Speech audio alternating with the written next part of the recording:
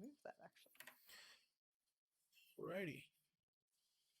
Hello, everyone, and welcome to the latest episode of the Krysis Korner. I am your host, Krysis Diamago, and this is your slice of the internet where we talk about all things gaming.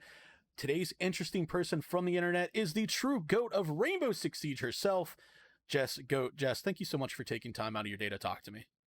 Of course. What's up? What's going on, gamers, and everyone in between. Not everyone has to be gamers these days, but I like to title the world gamers because we could be in a simulation for. So It is the Matrix. And listen, if it wasn't the Matrix, there wouldn't be a new movie coming out. So just absolute proof of that. Before we get into this, though, we do have a few things to cover. I know it's been a while since the last one. COVID-19 has completely wrecked my work schedule. For those who don't know, I work in the social work field. And ever since this whole thing's been going on, it's been crazy. So we're back now. We're doing all these for those who this might be the first time. Alerts and everything are turned off because this is being recorded.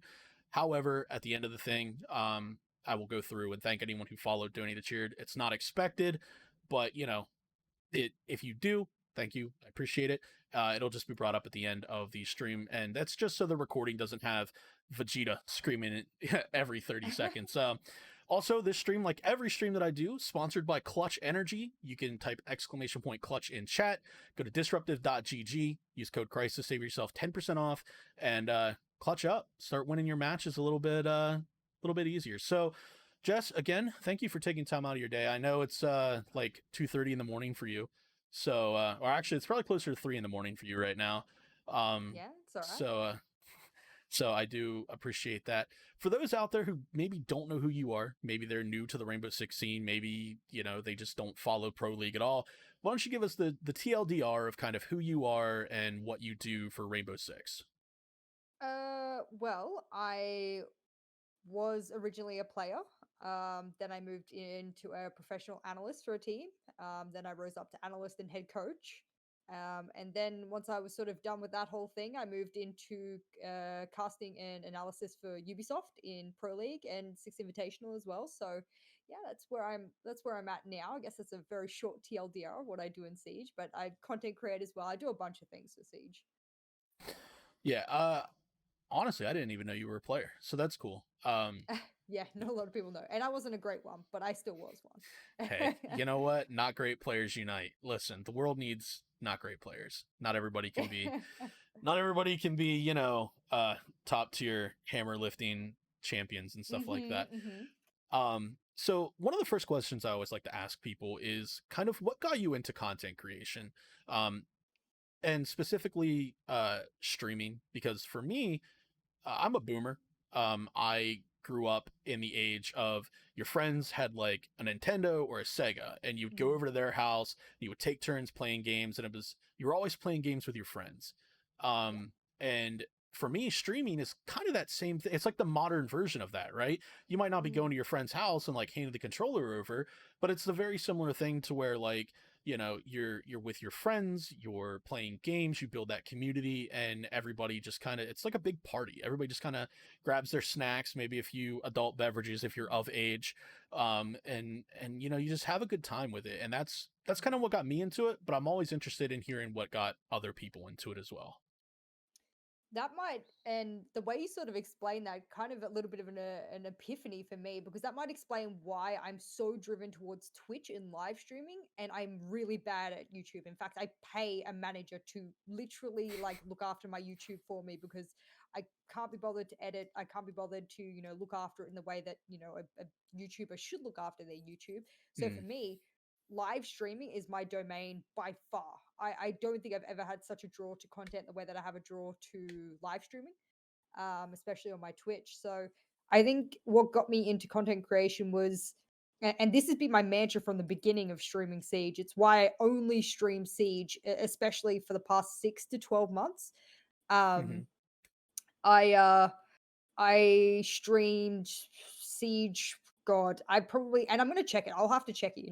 Since I've been partnered, I probably streamed thousands and thousands of hours of Siege just in this past year alone. And I think it's that having that community there with me. And my mantra is, if I'm going to play Siege, I might as well stream it. And I know Yeah. it's not a fancy mantra and it's not this, super cool slogan, but that's always been my go to. If I'm going to play, I might as well show everyone what I'm doing. I might as well hang out with people. And I think that's what separates me from a lot of other content creators, is that I do it because it's a hobby of mine. I don't Mhm. rely on it like a lot of content creators do. But what I do rely on it for is a lot of the socialization and the community engagement that I really need. Yeah, I mean, and I was the same way. I used to like, I guess my foray into content creation was back in Black Ops 2 when they had the theater mode that you could automatically upload to like YouTube. So I would do like Mm, 2 minute clips of like montages and stuff, be like, and it was a way for me to like show my friends, like, yo, check out this kill streak I went on. Like I dominated mm, these kids, because I still am the GOAT at Siege. Don't let it, or Call of Duty. Don't let anybody tell you different. Those kids be lacking. But and that's how it started. But like actually sitting down and editing a video of like highlights and stuff, I was like, mm. this isn't fun. Like I'd much rather No, just it's not. stream. And it's like you said, if I'm gonna A play bold games anyway, strategy, Cotton. We'll see like if it pays off for 'em. I might as well just stream it. Like you said, my Why streams not? are very rough. I throw up a green screen, I put the gameplay on, and then I just go. Mm, It's not doing incredibly fancy stuff, but it's just, I don't know. Like you said, it's the camaraderie, it's the mm. friendship and stuff like that that really got me into doing this. So what drew you to Siege specifically? Say that again. You know what? You know what it is? I've been in Australia for 9 months. The accents are getting me a little bit, and I know I'm technically European on the inside now, but since I've been in Australia for the past 9 months, these accents of like either Americans or European, they're getting me again because I keep hearing Australian. So go roll it again for me. Roll the question again. I got it this time. Trust. What kind of pulled you into Siege? What Oh, about cool Siege discussion. drew your interest, I guess? It's funny you mentioned Call of Duty before. I actually played quite a lot of competitive Call of Duty on my console for the 2 to 3 years prior to moving to Siege. I was Prestige Master, like in Black Ops 2 and Black Ops 1. I was like Master 800 plus. I was playing, where you go on your computer, do pickup games, Hmm. pay for a couple of games here and there, and play competitively that way. And I was always the dedicated sniper for my team. So I held a pretty solid place in my team. I was constantly surrounded by guys who never questioned me really, so I was pretty comfortable in Call of Duty at the time, especially competitively. Hmm. So I did a lot of that, and was just probably one of the best search and destroy women in like Australia for a while. I'm pretty confident in saying that because I didn't meet any other women in the competitive scene playing on at least PlayStation 4 at the time. So I was pretty confident I was one of the most hardcore women in Call of Duty Black Ops at the time.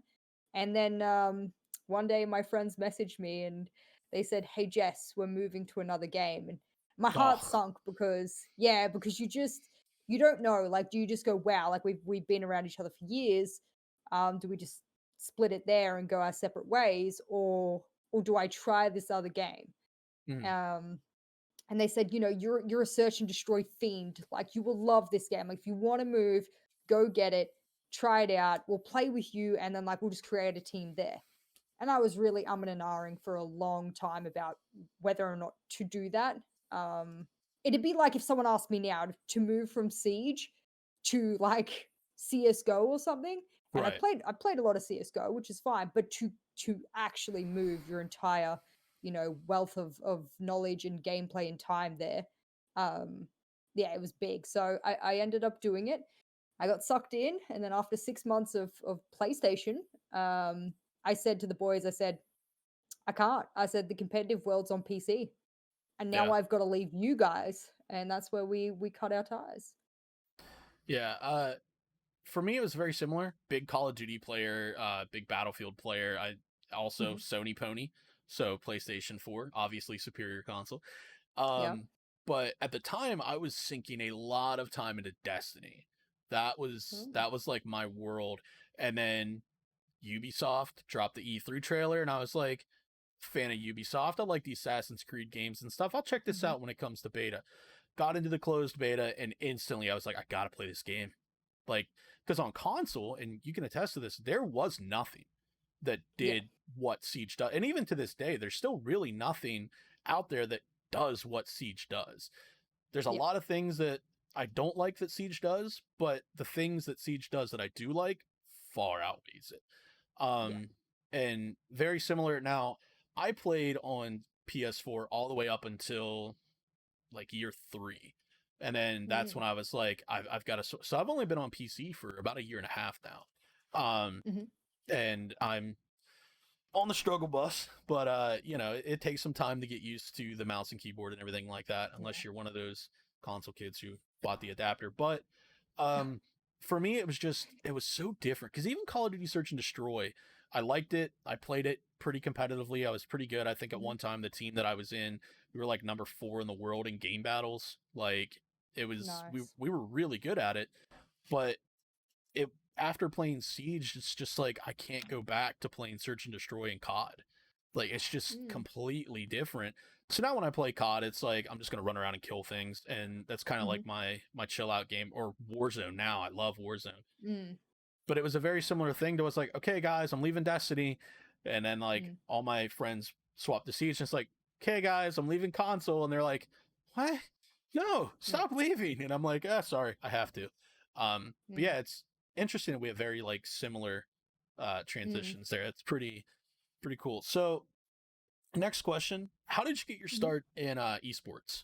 I mean, obviously you said that you were a Challenger League player. What kind of got you into that, and then how did you make that transition from player to analyst to eventually head coach, and then now to EUL analyst and caster?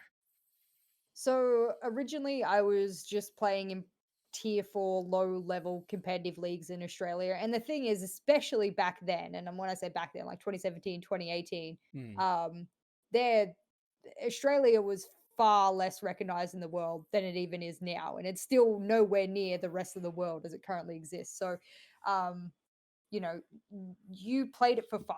You weren't ever really going to make anything from it. You weren't ever going to do anything really with it, especially not in Australia. Right. So everyone sort of just played to say that they were better than the rest. You know what I mean? That's really it. And I am realizing whilst I'm speaking, which I'm wondering, now does it look like I'm looking at you? Yeah. Now I'm going to see this. Now we're good. Hey. Hey. Yeah, that's better. I was like, you know what? Let me flip it to see what that does. Hey, everything's backwards in Australia, you know? I know, yeah, I've got to flip everything upside down, back to front. It's crazy. So at the time, I was running around through multiple different teams, playing as much as I can, learning as much as I can. No surprise, I was a bit of a flex support IGL, so that really struck a chord with my play style. And I kept, whether or not we did some roster changes or whatever, I was just trying to play to be the best player that I could be.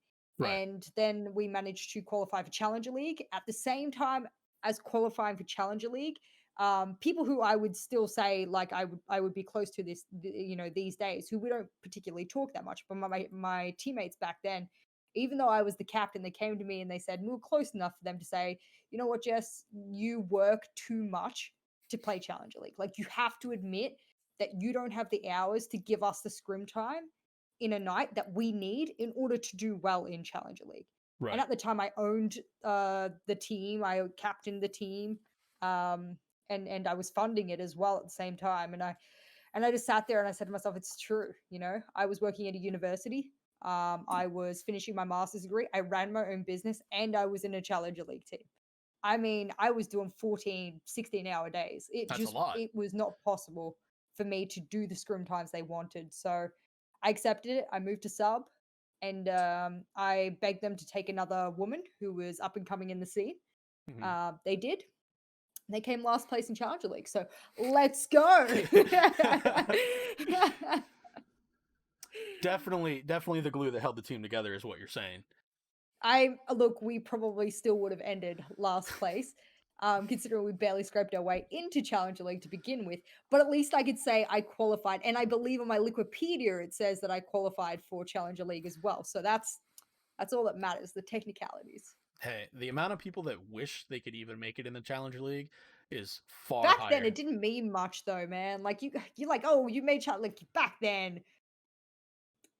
I don't even think that I don't even think any Challenger League seasons in Australia before that season were even put on Liquipedia. That's how piddly tiddly little it was in the world of Siege to make Challenger League in Australia at that time. Hey, so you're the OG though. I mean, that's something you can, that's something you can put on your resume. You are the OG of Yeah. Australian CL. So And yeah. it's funny, at the time I was a diamond player, and that was the highest rank you could have at the time. And Mhm. I was going against other diamond players and ranked and holding my own time and time again. So I must have, like, I think in my head at the time, I must have been good enough. Like, if you had to throw me in European, I would have been like mid low plat, right? Mhm. But I was holding my own in the region, and I'm was confident that I used to be a very good player. These days it would take me another 6 months of training again to get back to the player I used to be. Now I do it for Oh yeah. fun.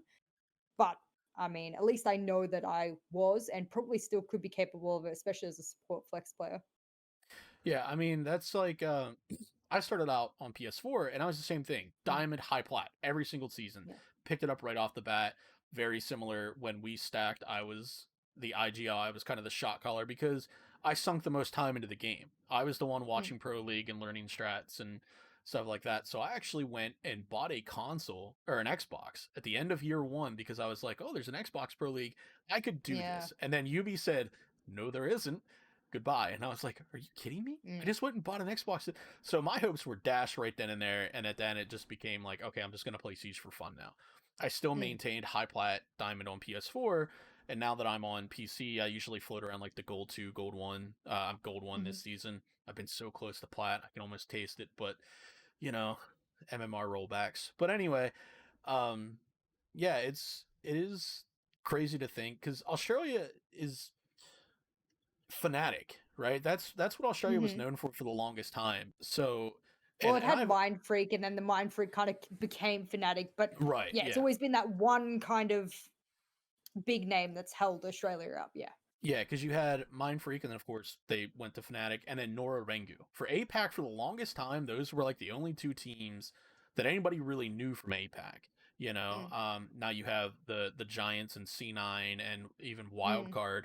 APAC is starting to really move up, and I've been saying it for a long time that APAC is coming. They will. I honestly, until SSG won the Invitational, I was like, Psh, APAC might win an invite before NA does the way NA was playing, but mm, now NA is right. starting to really kick back. There's some strong teams in NA, but yeah, APAC I've always felt like was kind of looked down on, and because they are like the smaller region, nobody really knows them. They play at times at which most of the world is usually asleep or they're at Yeah. work, so they didn't get the exposure. So I think it's really good that the APAC region has grown to this. Mm, People know them now. People outside of the APAC region know and watch these teams. mm, Fnatic Norengu showed up at Atlantic City and just surprised everybody. I mean, I was there yeah. at that event, and I remember just watching Norengu take it to Rogue at the time, and I was like, these guys are serious. Like Mm, this is insane. So I'm really glad that the scene, while it may have started out small, it is growing. It's still relatively mm, small, in to compared to EU and NA. Even Latin America is a little bit smaller compared to NA and EU, and I think it's just because population. Everybody in mm, North America is a gamer for the most part. So, but yeah, it's cool to see what APAC has really grown into. So people always like to talk about the pros of working in content creation, working in esports, things of that nature, and I'm sure there are a lot of them, but I'm usually more interested in some of the cons, some of the things that people don't talk about. Obviously, you just said about putting in, 14, 16-hour days to work full time and to scrim, and you actually do see that a lot. Again, APAC teams, yeah. I forget which team it was, but I think I think they were either a Korean or a Singapore team. I can't remember who it was, so you have to forgive me. But they were working like full-time jobs, and then they were coming home and practicing for 8 to 10 hours a night, and then their org wasn't really paying them any money. They had to completely fund themselves, and then finally, I think it might be the Mm, team that got picked up by C9. But still, it's the grind is insane, and that's kind of the stuff that mm, nobody really talks about. So, yeah. what are some of the cons to doing esports and content creation as your profession. I think, and I hope you don't mind me being as blunt as I want in explaining this, Go because for it. I obviously, yeah, I obviously want, and I speak about it quite frankly quite often. And you bring up APAC. There is there are two teams I know in all of APAC, and maybe now three, because I'm not sure about a particular Korean team. I have been unable to obtain the information that would satisfy my understanding of it, but that even make a livable salary. Mm. Now, you think about Europe, like me as a head coach and an analyst, I'm like in Europe was making triple what people are making in APAC. You know what I Mhm. mean? And some of them don't even make a livable wage. So there's so many of them that I know in Australia that live with their parents, their mid-20s living with their parents, just trying to grind to stay in pro league or to try and get themselves to a position where a big organization would pick them up. Mhm. And that's that for me is so upsetting, and it's also a frank reality. Right. If I hadn't have moved from Australia over to Europe to try and make a name for myself in Siege, I wouldn't have one. Right. That is the truth. Not every You got a 1 in 1 million, 5 million, whatever chance of being a virtue. And Yeah. probably more. Probably the ratio of that is probably way higher than I'm giving it even justice to now.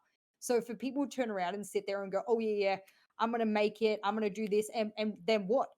The average career as a professional esports player is like 2 years. What, Right. you're gonna put in like 7 years of work so that you got 2 years? You might never win an invitational, so you're only gonna walk away with one, a normal salary, and two, not walking away with having really won any kind of millions, because you won't have really won anything big enough to accrue that kind of dollars.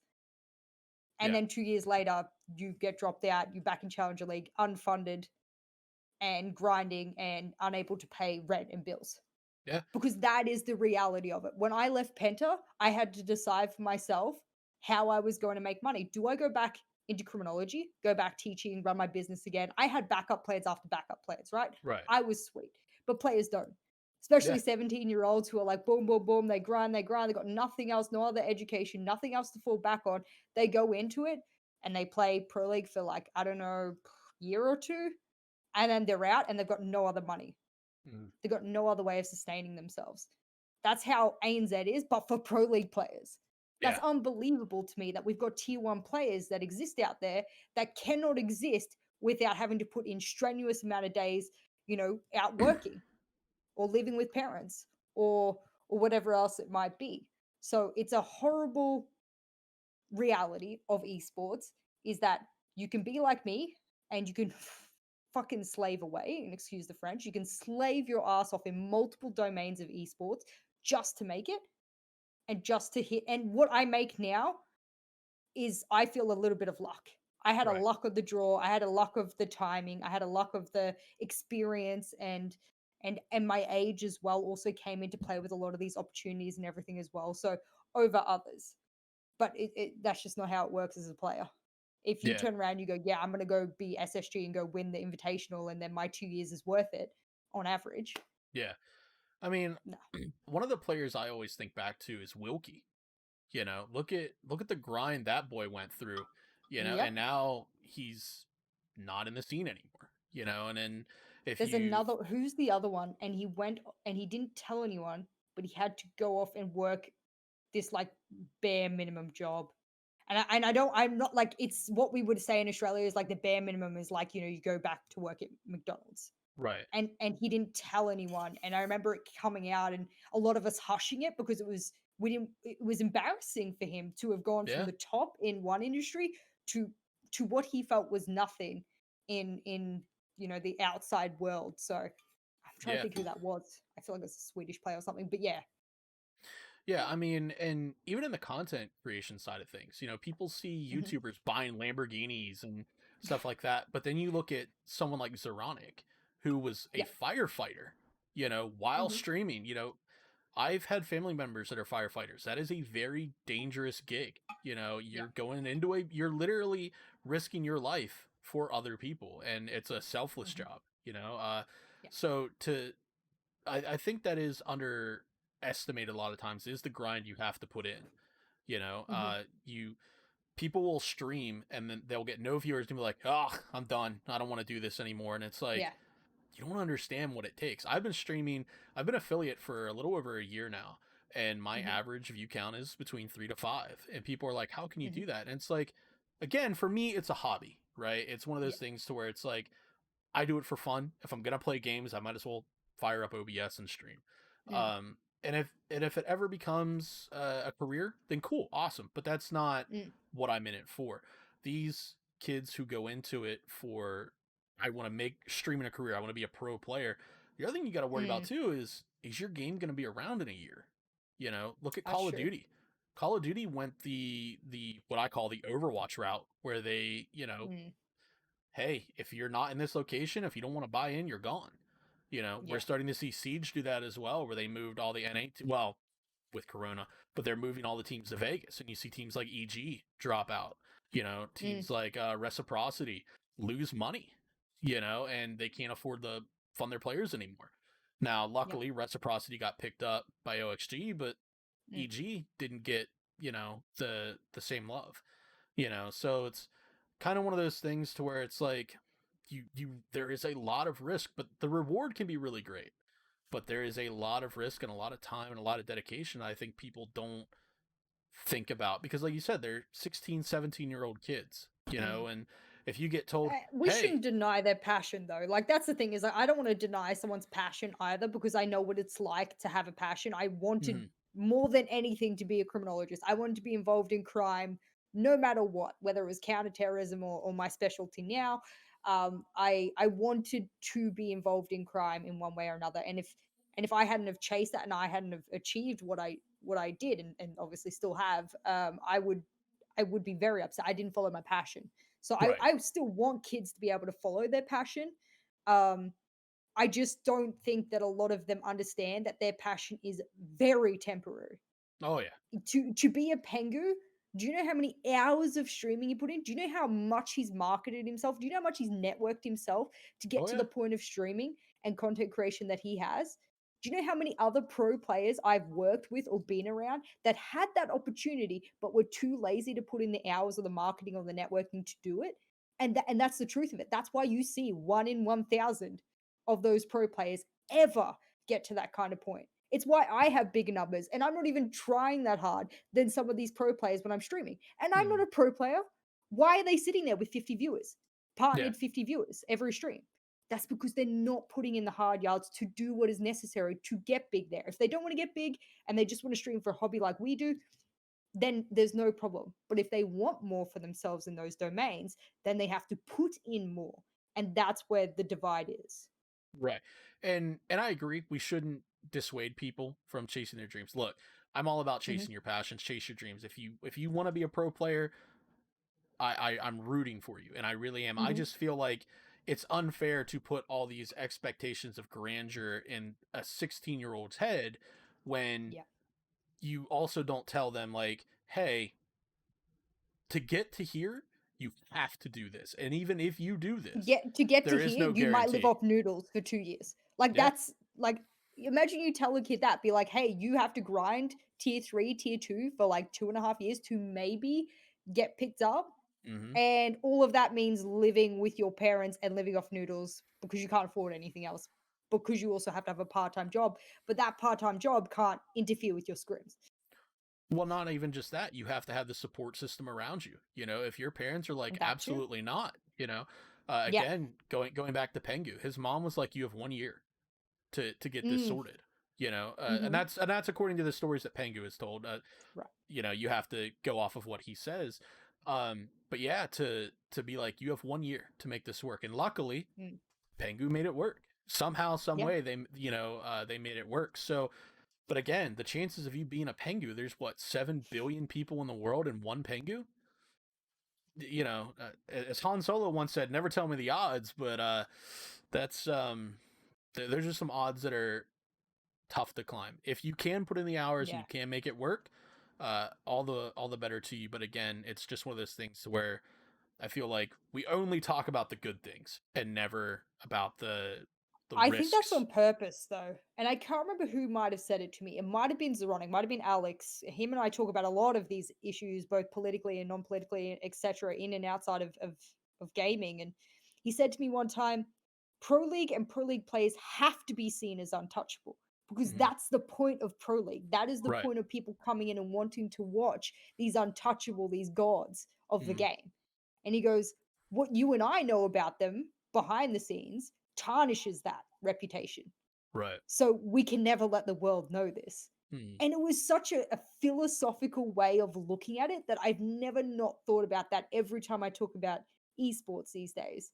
Is that at the end of the day, the reality is very far from the picture that you get.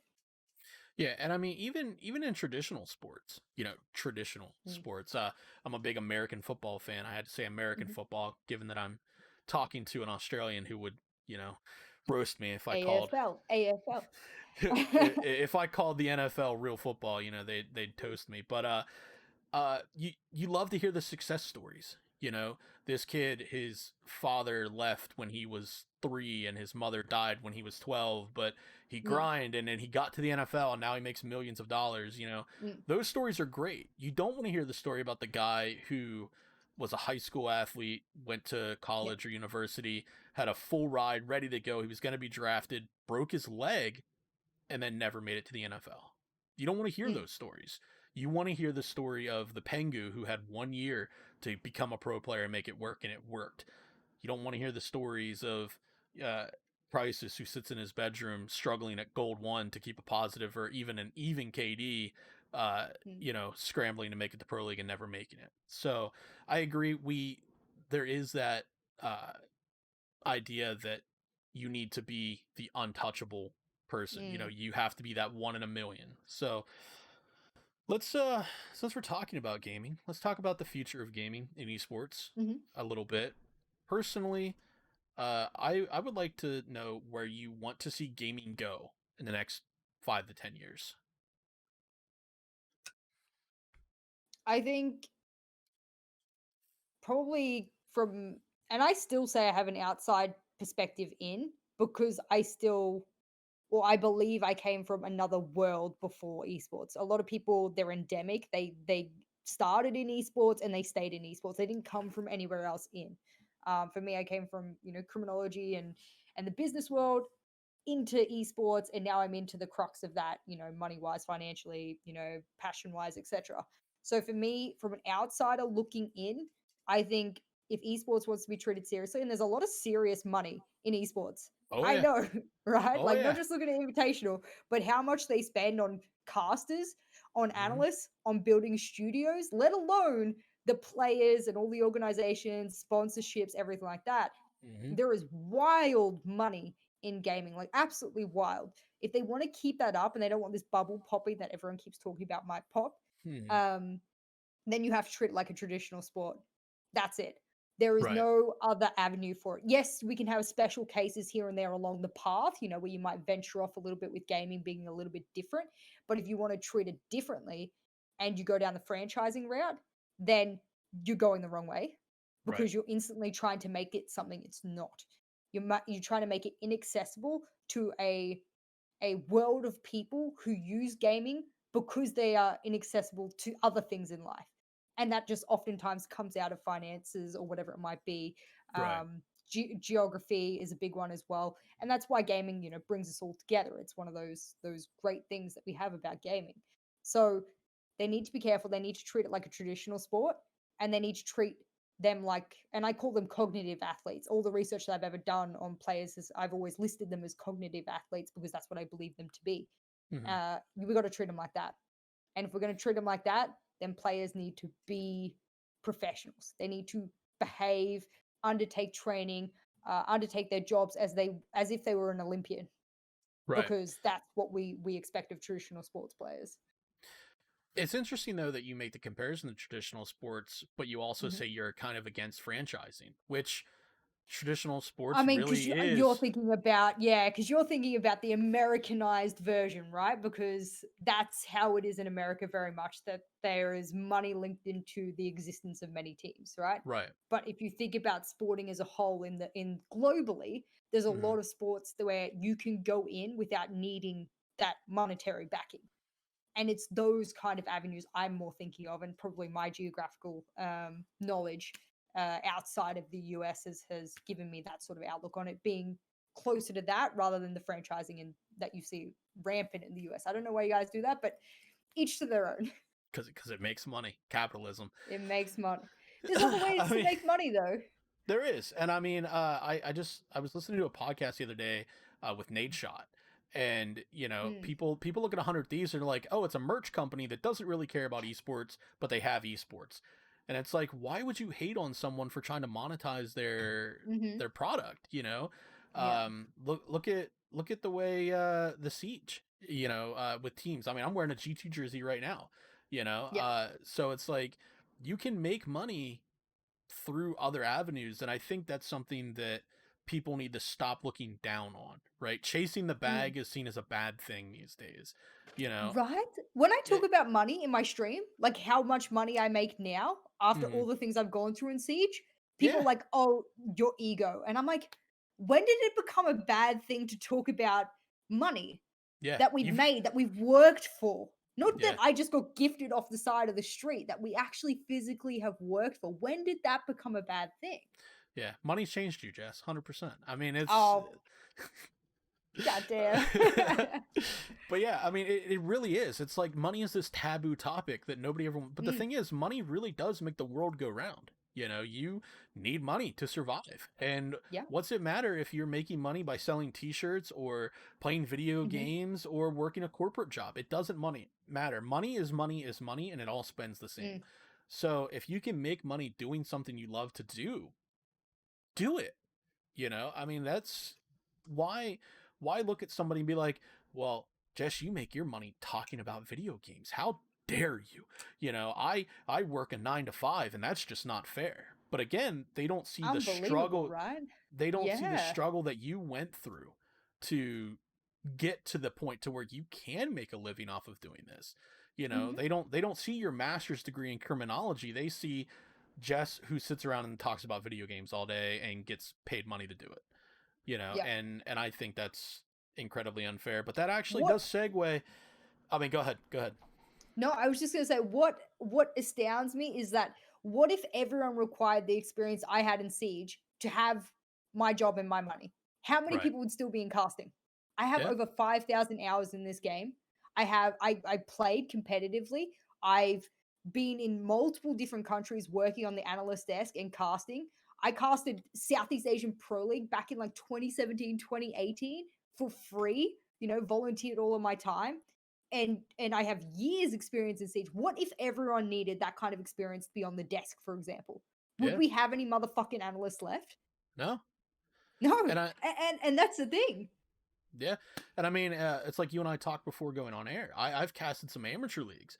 People don't understand what it's like, No. to set aside to work for free for 11 hours. I'm doing it next weekend. I'm casting a tournament set up by Iron Mountain, which you guys should definitely check Mhm. out if Oh, I you're love watching Iron this. Mountain. Yeah, and it's a charity tournament, and they Mhm. reached out to me. They're like, "Hey, we would like you to cast this." I'm not making any Mm. money off of it, but I'm doing it, one, to build my skills as a caster because it is something Yes. that I enjoy doing and would like to pursue, but also to help other people out, and because I know Mm. what it's like to cast long tournaments. Because, like I said, I've casted for 11 straight hours before by myself, Yeah. doing the observing and the casting Oh, by myself for 11 hours is brutal. And people don't understand, it's like, oh, you're just talking about video games. But at hour 10, you're done. Your voice is shot. You're tired of staring at your screen, but yeah. it's part of the gig. If you want to advance at all, you have to do that. Um, Mm. but the whole like talking about money thing and how it's taboo kind of really leads into our next topic. And I know this is a topic that everybody is probably here for: toxicity in gaming, which never happens, by the way, ever. No. No one here has ever experienced toxicity in gaming, but It's Mm. time. It's time to discuss it. And my buddy Don, who I saw in chat earlier, I don't know if he's still here or not, just had Ali Princess on his podcast, and they talked about Mhm. this as well. Um, Something's got to be done. It's rampant, and I mean, I don't know how comfortable you are sharing some of the things that you've been through. But you know, the one thing that really sticks out to me was the clip you shared. You were playing on Oregon, and some guy after the end was saying some very crude things, and yeah, that individual seems like a great person. Um, if you can't sense the /s for sarcasm, what do you think we need to do as a community to stop this? Because it can't come down to the devs, in my opinion. The devs should not Mhm. have to police their own community. You know, in my opinion, if I say you and I are having a back and forth on Twitter and I Mm. disagree with something you said, and someone who follows me is like, yeah, he's right, Jess, you're an idiot, you're stupid, you don't know what you're talking about. I should step in and be like, well, first of all, no, stop that, right? Like, don't be Mm. talking to people like that. But also at the same point, for those who have larger audiences, they can't police every single person. There's gonna be Yeah. people that go off the rails, and I don't know if he'll be okay with me talking about this or not, but I'm going to talk about it anyway. Right around this time, well, it was like about a year ago at this point. Chowder and I had a disagreement on Twitter. As Mhm. far as I'm concerned, there's no beef between Chowder and I. Yep. And I don't know if he feels the same way. He still follows me on Twitter, so yeah. But a few of his individuals that follow him kind of dug through some of my tweets and tried to, cancel me, I guess. I don't blame Chowder for that. I blame the people that had Mm. nothing better to do with their time than to go dig through 2 years of tweets to try to find something to bring up on me.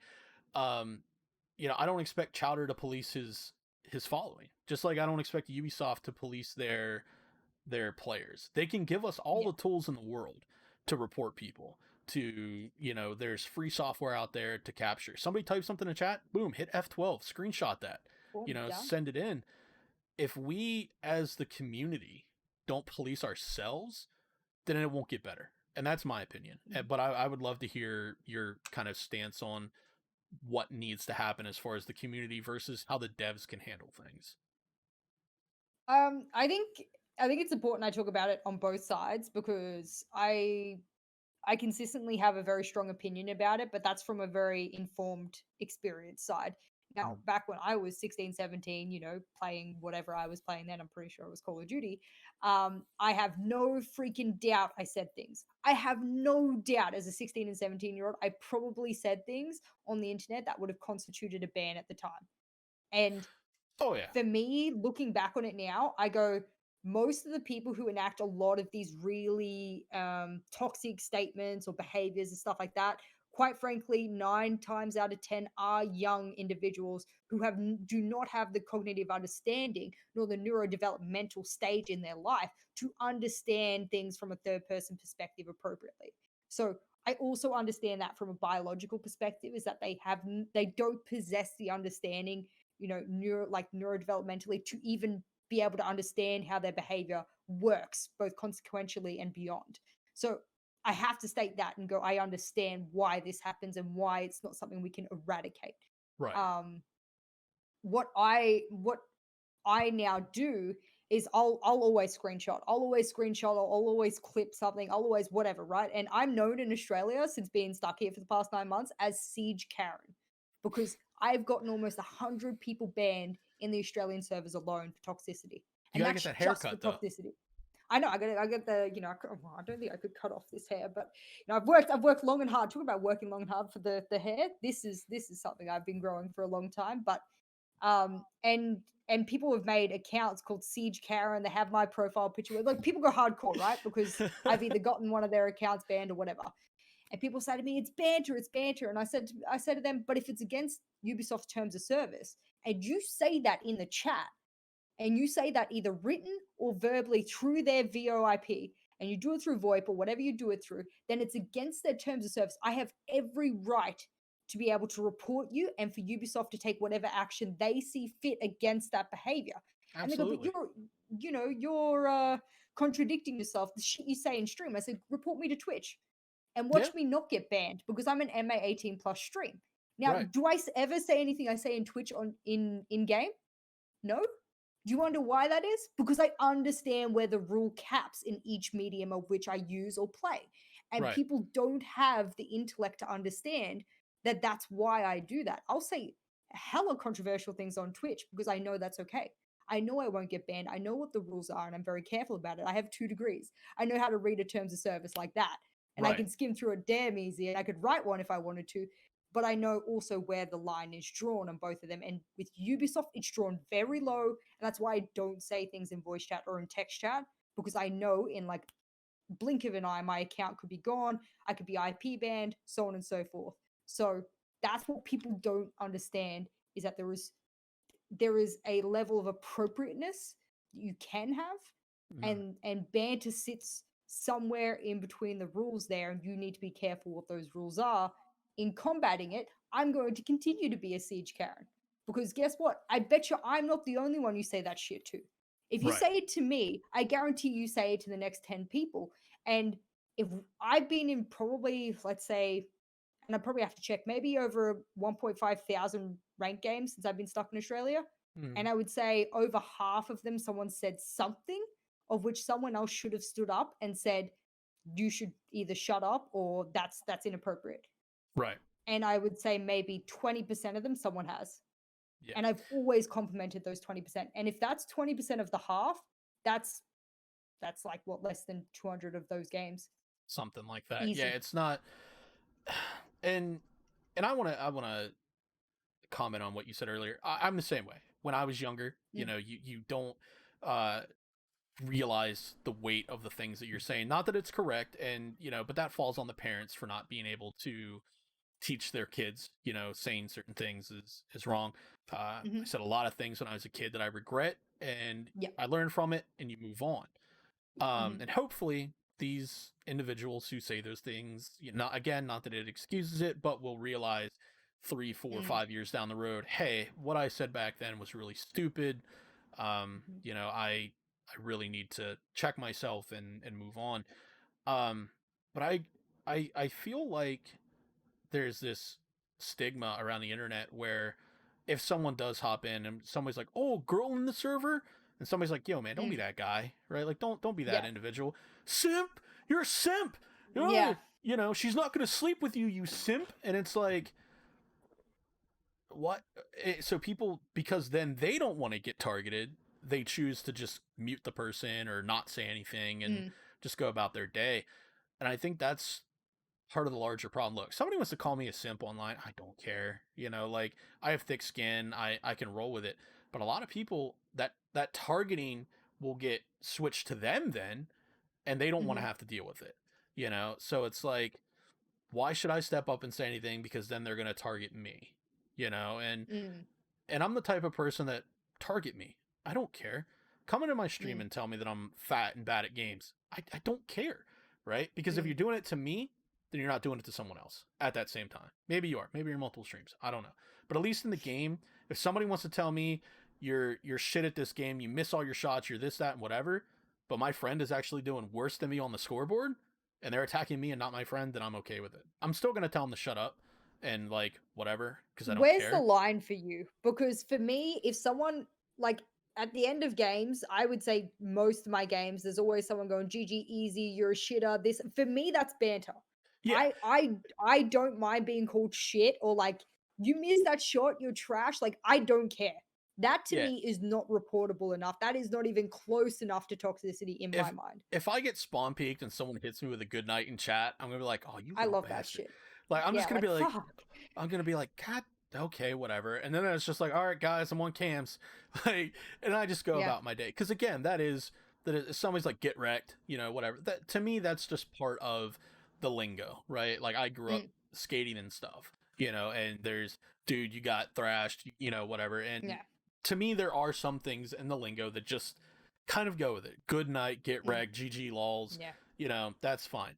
If you're like, get back in the kitchen, you don't belong in the game. Yeah, there's a You line. know, racial slurs, homophobic slurs, anything like that, that's where I'm like, okay, buddy, you need to back it up. right. I had When did we change banter from something funny to something where you just like really personally engage someone? Do you remember when we used to say like your banter skills are as bad as like a no-eyed penguin or something? Like that's like banter, you know what I mean? I'd be like, oh yeah, my god, man, shut up, like shut your face, like I'll come fuck you up next round, you know what I mean? Like right. whatever. That's banter. And it's funny because you know what, when I queue in North America with some of my friends, there is banter in those servers. Like people actually Oh are yeah. funny. They Oh yeah. say, like, funny shit, like, just like, how does it feel to be, like, a glorified I don't know, something, like, funny, right? That really isn't that personal. And I'd be Yeah. like, "Hey, man, shut up, like, this."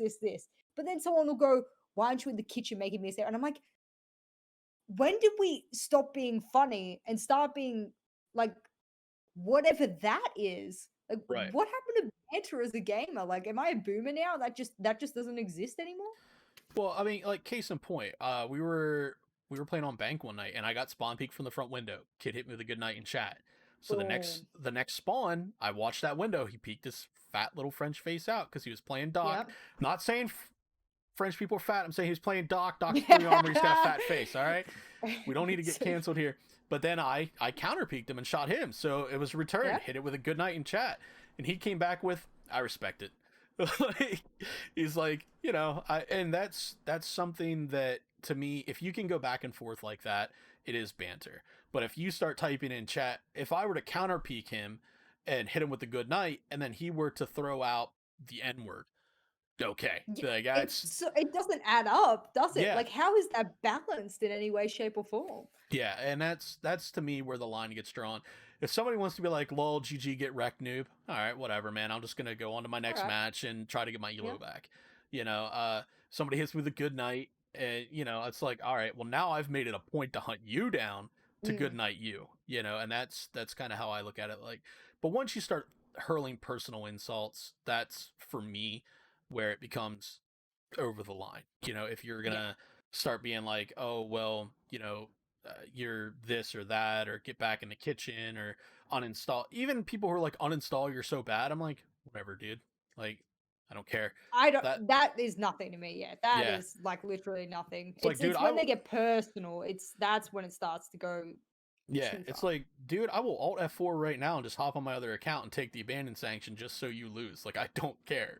Like, Mm, like, tell me to uninstall again and whatever. And that might be a little bit toxic, but I have done it before. People are just super toxic. You're so trash, you're so bad at the game, blah, blah, blah, this, that, whatever. It's like, all right, well, if you think you can do better without me, alt F4. And yeah. it's like, I'll take the hit. I'll go outside and go for a walk. Like, and whatever. But And it's your right to leave the game as well. I don't think people understand is that they go, oh, they're griefing, they're griefing. No, griefing, if you go actually read the terms of service, has a very particular definition as to what it is. If someone leaves the game because they're either feeling unwell or not safe or whatever it might be, that's not griefing. So yeah, if you put someone in a position to do that and you turn around and go, I'm gonna report you for griefing, buddy, no, that's not how it works. So yeah, yeah, within your own right.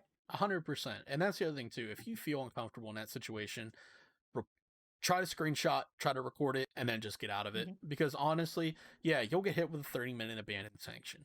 At this point, who doesn't have multiple accounts? Hop on go Mm. play a different game, go outside, go for a walk, pet your dog, your cat, whatever, Yep. and get yourself out of it, because that amount of negativity can really affect your Hmm. mental health, and it's not good for you, especially if it's just constant, just you're bad, you're trash, get in the kitchen, this the clip from the Oregon match that you shared, something like that happened.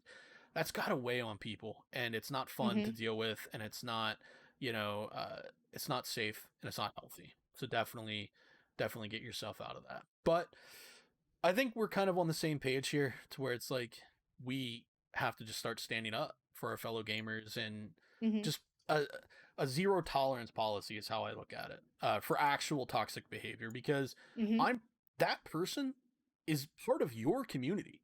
They are a gamer, and they are making your community look bad. And I don't tolerate people who make me look bad. So I want them out of my community. I want them gone. I want them out of There's Siege. Yeah, there's two ways to look at it, and I've heard both sides now from both friends and colleagues and acquaintances and stuff like that. One side is my side, right, which is very abrupt belief, my very bullheaded belief that if you're too pussy to take someone on, and I hate to use that word, but there is a lack of other words like coward. Yeah. If you're too cowardly to engage with someone because I don't know, you're scared, and people go, and then there's the other side. People go, yeah, but some people don't like confrontation.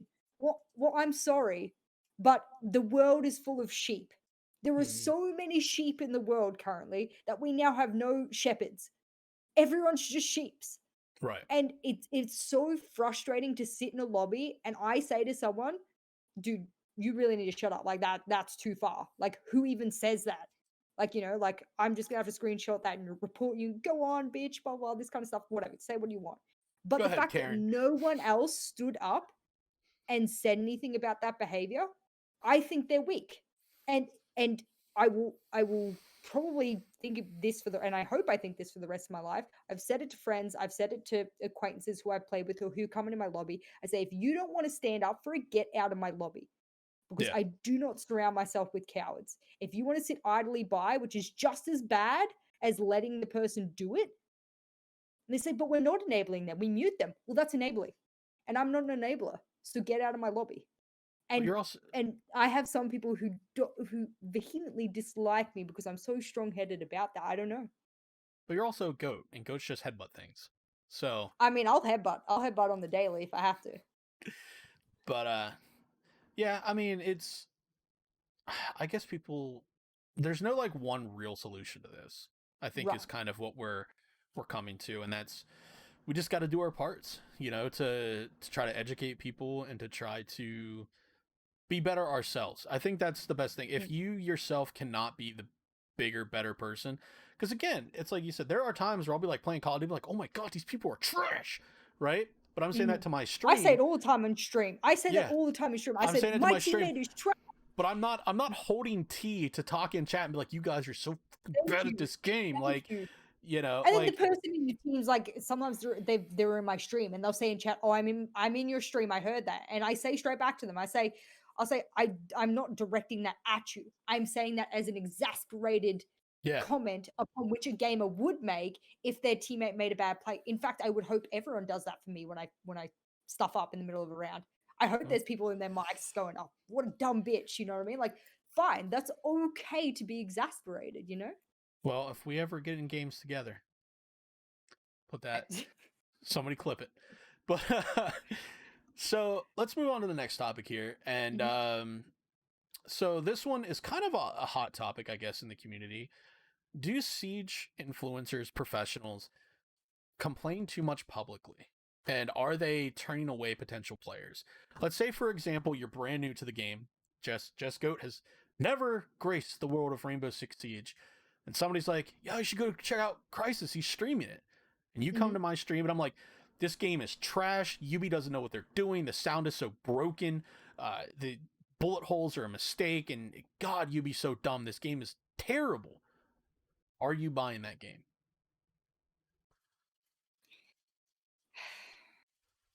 I'm giving myself a few seconds here as a good mature person should, because I'm have very strong opinions about this. Firstly, to answer your question, no one wants to buy a game where someone has already defecated all over it. No one wants that game. Secondly, I have consistently advocated and will consistently advocate for the fact that we cannot gatekeep this. We gatekeep the competitive community, especially, quite heavily on multiple levels. Whether it's you getting into a team, whether it's you understanding callouts, because we have so many niche callouts that we refuse to drop, for Harry example. And Potter. I have fights with other casters about it, going, there's okay for us to bring in a few. I think Harry Potter's okay because we use that over multiple maps. It's something that can be learnt. But then on Chalet, I'll use Chalet for example. It's not a competitive map anymore, but there's K9. That is so niche. The explanation that it takes to get one casual viewer to understand what that is and where that is unbelievable. We need to drop that crap. We are gatekeeping unnecessarily for the casual community, of which people don't realize statistically it's over 60% of the watchers that watch Pro League now are casual, which is huge, right? So most of the people who are giving us our numbers and therefore our sponsors and therefore our funding are the people who don't understand what they're listening to. So if I Right. have a pro player on Twitter or on their stream going shit, shit, shit, defecating, throwing everything everywhere, going this is shit, and I will say Pengu, for example, has gotten a lot better over the past year. He's very constructive with a lot of his criticism these days, which I think is absolutely necessary for a professional person to do. Zoronic does it as well. We're talking about influences. He's quite good at giving constructive criticism, and I really enjoy it. Right. Then we have other people in the world who just don't understand the effect that they have on this game. For me, the biggest thing that we need to understand as a very, very, very small portion of the entire Siege community, and we wonder why our viewership is so low, is that if we stop gatekeeping, if we start getting people involved in our game, then we can get bigger numbers. Then we can grow our scene. Then we can grow our competitive scene. Then as a result, we grow our sponsorship and our interest and our money and our funding. And guess what? Then there's more prize money and there's more people involved. We get bigger orgs. We get bigger pay brackets. We get more notice. We can argue that we deserve this kind of salary, and everything starts a flow-on effect. But there's some influencers, pro players, whoever it might be in all of the tier 1, tier 2 community that can't push their brain further than 5 brain cells. Right. It stops. It gets to the 5th brain cell and they go, we have no more brain cells to work with here. I cannot think beyond myself or the butterfly effect this may have. And so please listen to me. I want you to hear my voice. And that's where it ends. And Right. it's shocking. It is shocking, and it is devaluing our game and therefore their future prospects, both financially and in the entirety of their career, which is their own doing. It's their own doing. Yeah, and you make a good point bringing up the sponsors. If I'm a monitor company, and I want to sponsor a game, and I'm like, wow, even the pros hate this game. Why would I waste my time? Or you look at the sponsors that Siege has, with Acer and HyperX and all them, and it's like, if they see these players who are like, oh well, all these players complain about this game, I'm just gonna not waste my time then. I'll move on to a different esport, or a different game within the esports realm, so I do believe that they have to watch their words carry weight, I guess is what I'm trying to say. And and to a degree everybody's words do carry weight. Nobody should feel like what they say is invalid. But I'll even catch myself in stream and be like, oh, of course I got killed because Valkyrie was sprinting up metal stairs and I couldn't hear her, and it's like I got the sound bug again, and but the thing is too, you have to realize Siege is a live game. They're constantly working on it. I don't know how much of the test server you've played, but I've played a little bit of it, and the test server feels really good right now for me anyway. But it's will that, because we've seen it before, things feel really good on the test server, they come to live build and oh look, Habana's broken again, and some things just don't get, and that's just it, some things just don't get caught. Sometimes it's somebody went to go pull out their Kairos gadget, but they fat fingered a key and that caused something to happen, and now the Habana pellets don't work. It's a sequence of things. It's not just, oh well, I clicked this and it pulled it out, and okay, well, did you hit another button? Well, maybe. To be able to replicate a bug is awful. And I asked them for the process multiple times because I didn't believe that it was as complex as it was. And it turns out that, rectifying and doing bug troubleshooting is such a laborious process that even to the point where they couldn't work out why drones couldn't spot the bomb, it was such a simple find, but it took them so many months and months and months in a row to try and replicate that. And that's why there's R6 fix. People, and I complained about it, or maybe it was a year ago. I can't remember when it was, but I remember I made a big post about it that popped off a bit about saying that people are lazy. They don't use R6 fix. And and all they want is the people to tell them that they're right rather than them actually making it right. They want the validation. All people want. Yeah. And I mean, like with the barricades, right? Oh my God, the barricades are so much nicer now. That was good, yeah. But it's like the amount of times that I'd be hanging on a window and there would just be crap in front of I felt like if you were going to hang on a window, you had to play Blackbeard because you needed that second peek, because it's for them, it's client side, so, or it's server side, it wasn't client side. So like or maybe I got it backwards, but it doesn't matter. For them, it was gone, but for you, you just got wood in front of Yeah, your the face. client-sided barricades. That was And honestly some of the biggest gripes I had, yeah, before they changed it. hmm It was awful. It was because you try and hit a barricade, and for whatever reason, there's a bit hanging on there for you, like you said, for the other person not, and therefore you're dying to these kind of unnecessary aspects of the game, and they add up. The thing is yeah, that a lot of it adds up. Some right, of it's user problems, and some of it is game problem, right? And that's why yeah, I don't think a lot of people understand. They go to me, how come you can hear that person coming up behind you? How are you flicking all these people? Well, guess what? I have the audio settings set to appropriate so I can hear everything. It's right, not my fault you didn't set up the audio settings in a way that would promote, footsteps, or that it would allow you to be able to hear things directionally. Oh, you're playing 7.1. Guess what? The game's not made for 7.1. right. I do my research. So this is where people, come out with all these statements. And it was like when Pengu was saying he was having all these audio issues, and I tried multiple times to replicate them. I thought to myself, I wonder if he's just got the wrong audio. Like Yeah. sometimes it's as simple as that. And I think a lot of the frustration, at least for me, that builds up is like you said, things stack. Okay, you Mm-hmm. hit a barricade and it doesn't break. All right, that's fine. But like, then you get shot through a bullet hole that you can't see because it's past Yeah. the render distance. And then you get the reload bug. And all this is happening in the same match. And you're just kind of like, can I just have one good match of Siege? Please. Mm. Tonight, please. Like, I just need something, anything, Mm-hmm. to go my way. And sometimes it just doesn't go that way, your way. I've been playing a lot of Tarkov lately. A lot of times Mm. in Tarkov, things just do not go your way. Sorry. You've Mm. lost 6 million rubles worth of loot tonight, buddy. Better luck next time. Siege is Wow. the same way. Every game's the same way. Sometimes it just Mm-hmm. doesn't go your way. But there are times where my dude punched a barricade and the wood didn't move at all. And I Yeah. remember doing it one night. I was streaming, I punched it, and I literally looked into just stared into my webcam, and I'm like, I'm just gonna go to a different window.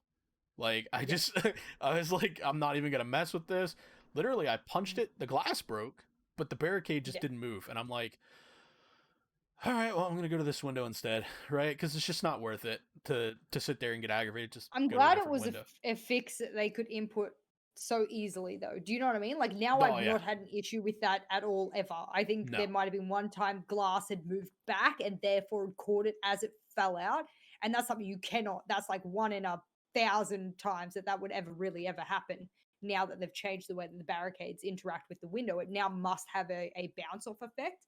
right. So I'm glad that they were able to have a change to it, of which is pretty foolproof if you ask me. Yeah, But there's other things that need help. I'm like you. It might be 1 in 100 rounds that something crazy happens. Mm. A piece of glass just kind of sits there and Yeah, wiggles or wobbles something over or like that. something. Yeah, But other than that, if I'm hitting a window and I'm hitting a barricade, it gets punched out. So yeah. that's definitely good. But so we're kind of running a little bit long here, but so let's kind of dive into the next topic quickly. The pandemic. We touched on a little bit Hmm. earlier. For you specifically, you've been very open on Twitter and stuff about being away Hmm. from your partner for so long, and I couldn't Hmm. imagine.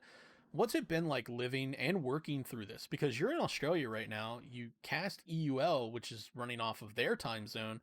Hmm. What's that kind of been like for you working and just living through this pandemic?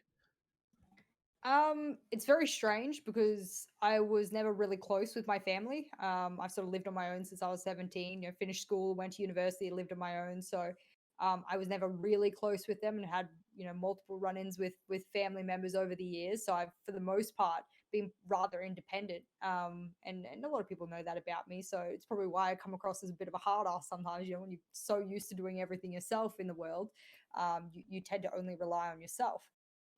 So when I came back to Australia initially after I'd done Six Invitational, I did another gig in Dubai. And then I got back, and then pretty much straight after that, lockdown came into effect. Mm-hmm. And I was still in discussions with Face at Ubisoft about my contract and everything. And it was my understanding that they would work, once all the signatures and everything got down, they would work on my visa, and then I would relocate, and I would only spend maybe 6 months in Australia. Well, we're coming up 9 as it currently exists, 9 months being in Australia. I live in the dark every day. I'm on holidays at the moment between the seasons, so I've been able to switch up my sleep pattern a little bit. But of course, I also have to stream to my European and North American audience, which means that I, for the most part, continue to live in the dark. I'll sleep at about 9 a.m. every morning, and then I'll wake up at about 5:30 p.m. And then I do it again every day. And as a result, it's seen me go through a whole range of emotions. I'm very I guess I would say I have a lot of insight into my own emotions and psychology and psyche and stuff, just, based out of my previous work. So I'm very aware that I've slowly become a little bit insane. And it's required me to make sure that I'm looking after my emotional stability a little bit more than I would necessarily otherwise. It's also seen me see the bad side of esports as well. I'm happy to publicly share it because this isn't covered under any of my NDA or anything like that. I've essentially been waiting for the company who's working with Face It, Live Nation, to start my visa. I was under the impression, they gave me the impression they had started my visa a month and a half ago. I find out about a week ago that they haven't even started it, and that I was to be the one to start that process. And they sent me a link and they said, if you need anything for it, let us know. Now, the usual Jess would turn around, get a lawyer, and essentially take them as far as I could take them for, not only am I going to miss the anniversary with my partner, but also the fact that I go to the doctor every month because I take a heck of a lot of vitamin D because I cannot see the sun. Right. My emotional stability has been rocked back and forth for 8 months now. And I'm essentially doing my best to stay calm in a situation where a month and a half of my life, plus whatever the visa processing time is going to take, plus I then have to apply for an exemption from my country to leave, plus then I have to pack and be able to send everything off. There's nothing that annoys me more in life than someone who wastes my time and wastes it unapologetically. Right. So that's where I'm at right now. I'm in a position where I don't want to cause confrontation or a ruckus with a company who's employed me and therefore I'm contracted to. Right. But I also know that I have never spent any of my life being pushed around so easily. So there will come a point where enough's enough. And the visa process is slowly starting. I'm still asking for documents, 7 days later. So what a surprise. But yeah, it's been awful. It's been an awful process. My poor partner has had to change her life around because she was meant to leave her job 6 months ago, and come live with me in France. She's had to keep that job and keep living where she's living. I live with my grandparents in a big house they've already sold, so my time is very dated. I can't get a rental because you must sign a lease. And how can I sign a lease if I'm consistently thinking that I'm going to leave? Also, Right. in COVID, you can't get a short term Airbnb because then that's considered a holiday and that's against the lockdown laws. So it's been rough and it continues to be rough. Yeah, Yeah. and I think it's very important to say throughout all of this, it is rough on everybody's mental health, mine Mm-hmm. included. That being said, um, the world is better with you in it. So if you are struggling mentally or something like Mm, that, please reach out. Someone out there does care about you. There's all kinds of hotlines, things you can get a hold of, and a lot of them actually offer texting if you're not comfortable talking on the phone. So very true. during this time, I work in the mental health field. I'm very much aware of the toll it takes, and it did it to me, And I'm like, no, I work in the mental health field. I know I'm fine. Yeah. I was not fine. So, Yeah. please, during this time, it is stressful. It is very tough on a lot of people. Make sure you take care of yourself mentally and physically. Mm, I said it before, I'm a big guy. And that was one of the things I noticed, depression eating. I find a lot of comfort in mm, food, and recently so do I. I've started working out. I've dropped 15 pounds in the last month, and I've just felt so much better about myself and Mm, motivation to go do things. So, it is tough, it is rough, but the world's better with you in it. Please, reach out to anyone if you're feeling kind of down in the dumps. So mm, before we move on to our last topic, we're gonna end it with some hopefully cheerful things. Um, uh, anybody in chat who has any questions for Jess, get them ready, because this is going to be my final topic. And so if you guys have any questions to ask to Jess, we'll kind of try to rapid fire through those because we are starting to get a little bit quick on time here. So let's talk about lands because there hasn't been one since the Invitational. What's your favorite land memory? I guess I've got two. One is as a coach, and then one just sort of working the event. My first ever professional LAN experience was in DreamHack Winter, and that was in Jönköping in Sweden. And it was my first appearance as Penta's, analyst / coach. At the time, I was the analyst, but of course, I was the one that had to travel and do everything. I was the only one. I was the only support staff. So, and I rocked up, and we had a boot camp beforehand, so the team had officially met me properly, face to face, and we'd all work together. And then we rock up, and that was our chance to make 6 Invitation. It was the last event where you could qualify for 6 Invitation before you had to do online qualifiers. And so G2 was there, SSG was there, I think Liquid, I can't remember how many other teams were there, but SSG flying all the way over was because they knew they needed that invite spot, and this was their last chance before online qualifiers to get it. Right. G2 had already gotten their spot, so even if they won, it moves down to the next person, so on and so forth. And we get to the semifinals, and it's between SSG and us. And I remember thinking that this is so much pressure on a brand new pro league coach to be there and going, I need to make and say the right things, because this semifinal was the grand final essentially. Even though whoever was going to win it was going to go up to G2, it's whoever won this would get the invite spot. So the semifinal felt like the grand final. And I'm there in map leaders, and I tell the boys, I say to them, you just sit, let me do the map bans. You have to trust me. And I think that, and mind you, and I've always publicly said this, that I had one player on the team that was a bit of a sexist. So it was always a bit of an argument back and forth about, whether or not to trust me or not. But the captain said, yeah, no problems. Go do your thing. We'll sit here. We'll wait. So off I go with my, my book full of stuff. And we get to like the last decider map ban, and it didn't quite go the way I had thought it would. And I don't think Lycan banned what I thought he would. And I think he was trying to narrow me into picking what would favor them, because he must have thought it would favor us as well.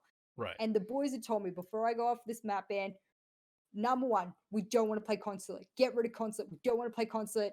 Hate Consulate. Right. But the two map choices were Border and Consulate. Now, as someone who has studied the team meticulously, Penta, as we were known then, Border was not our map. Okay, like I don't care who we go up against, the boys just couldn't hack it on Border, no matter what kind of thing was thrown. I don't know what was wrong with them with Border, but they just couldn't, right? I don't know, maybe the fact that the site's right where the door is, I don't know, maybe they had a problem with that.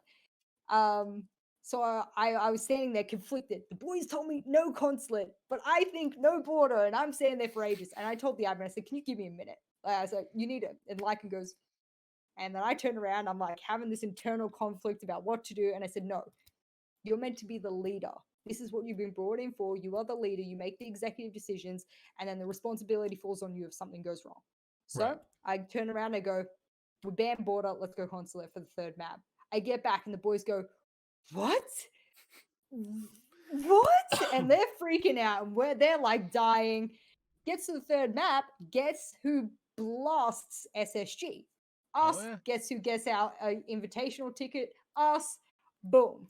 So that was the first time I had probably ever on a big scale in esports trusted my own ability and my own skill, and just said, you need to trust yourself, and you stop need to question yourself, and then make that decision. And yeah, that was my best one as a coach. And then working 6 Invitational this year as an analyst, I guess, was the second one. Yeah, gotta boss up. You gotta just kind of go with it. I think my favorite one was last year at the Raleigh Major. I've only been to 2 lands, full disclosure. I went to Atlantic City in 2018, went to the Raleigh Major last year. And after the major event, everybody was kind of like forced out of the venue because it kind of ran a little bit long, so we had to like get out of there. And we were a few of the people that I had met at the event, we were walking to go to a restaurant to get some wings and stuff. So as we're walking past the hotel where all the players and everybody was staying at, who happened to be sitting outside but Shaz and Fabian. And they were they were just shoving McDonald's into their faces. And I was like, oh, I didn't get Shaz's autograph during this. I want to go get Shaz's autograph and talk to Fabian. My friend was like, you just can't go talk to Fabian. He's Fabian. And I was like, I don't care. I'm going to go talk to him anyway. What? So I walked over to him and I was talking to Shaz and I got a chance to talk to Fabian. I said, I feel bad because the only 2 events that I've ever been to, you guys have lost in the grand finals. Because in Atlantic City, they were on Penta before they got bought by G2, and they lost to Team Liquid in the grand finals. And then at the Raleigh Major, they got smashed by Empire in the grand finals. And Fabian just looked at me, and he was like, you stay the fuck out of Montreal, right? Because they were going to go to DreamHack Montreal. And I remember telling him, I'm like, I'll tell you what, you send me a G2 jersey, and I'll stay out of Montreal.